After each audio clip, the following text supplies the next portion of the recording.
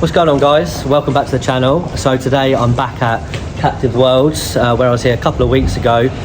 Today we're going to do a very exciting video. I'm going to be going downstairs and scaping a 45cm aquarium with my good friend John. So hit the thumbs up, like, subscribe and all that good stuff, and I'll see you in the next one.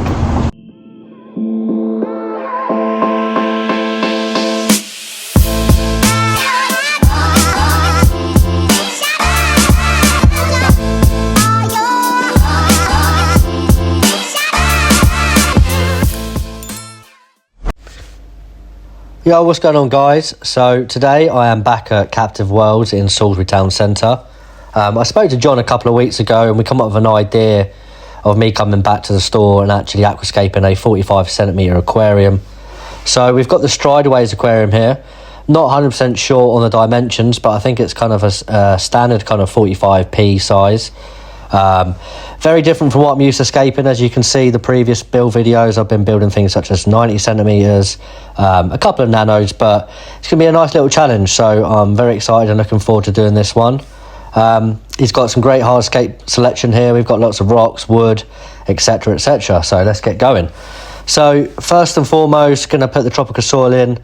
You can do it this way. I mean, you can put soil in at first, or even you can put the hardscape in at first and then the soil after. It's not a problem. But I like to try and get the bit of a balance, a bit of the layout, especially with this wood here. It's proven quite difficult. I mean, look at the size of the one on the left-hand side. It's very big, but, you know, go big.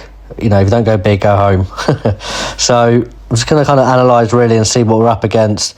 I think I'm going to go for like a convex kind of layout here, where a bit of a V shape, and sort of try and push as much of this soil I can to the back of the aquarium.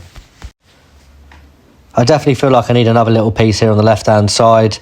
Something to sort of balance it out a little bit, but yeah, it's looking quite nice already so far, to be honest. It's looking good.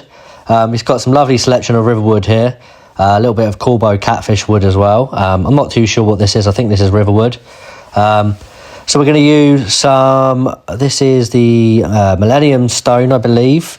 Very nice small details.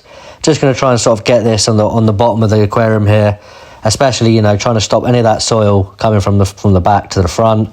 So we're going to use some filter floss in between the gaps.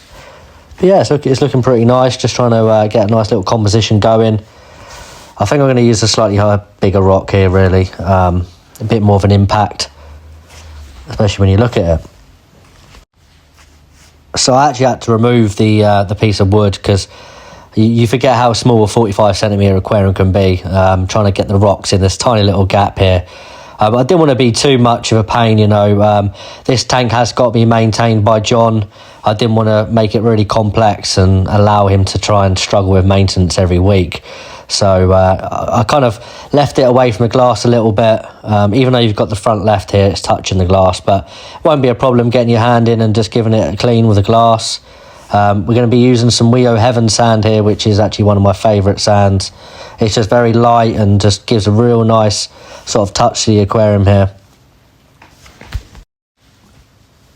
And we're going to be using some elderly gravel here. This is like elderly stone, different size. You know, we've got larger sizes, a bit slightly smaller as well. I'm just going to be using the filter floss to sort of tuck in the gaps to make sure that none of that rolls forward.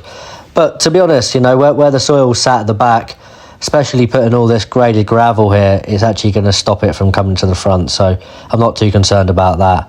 But you'll see me in a minute. You know, I'm very anal when it comes to using the details. Details is very important, especially when trying to create a impactful aquascape.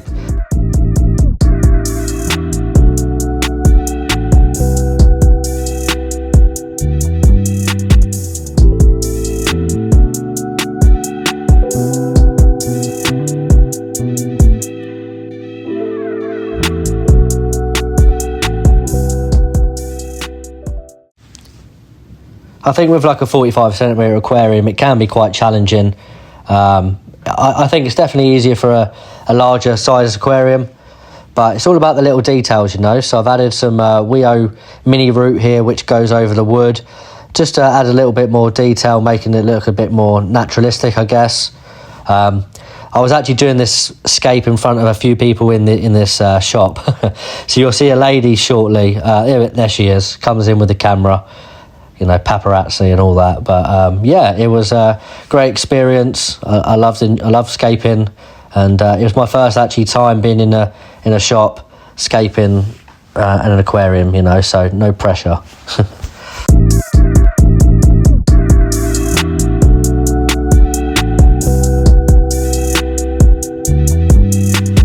But it's all coming together now. I'm just adding some more little branches towards the back.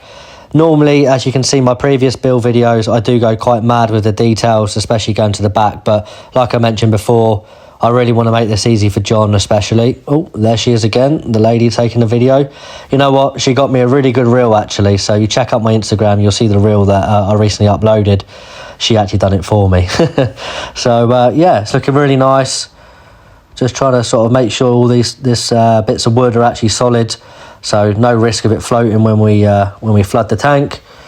There we go again, adding more and more detail. You know, can't get enough detail. I absolutely love it. But yeah, it's looking very nice, if I must say myself. So yeah, this is basically it. Hope you guys enjoyed this video. Short and sweet, but let me know what you think down in the comments. Hopefully this giving you some inspiration to do a nano aquarium. But I like to think I'll do a lot more of these at home. It's definitely given me a bit of a challenge. But yeah, really enjoyed this one. Stay tuned for the next one. They're coming in thick and fast, more and more videos. Hit the thumbs up, subscribe, and yeah, I'll see you guys on the next one.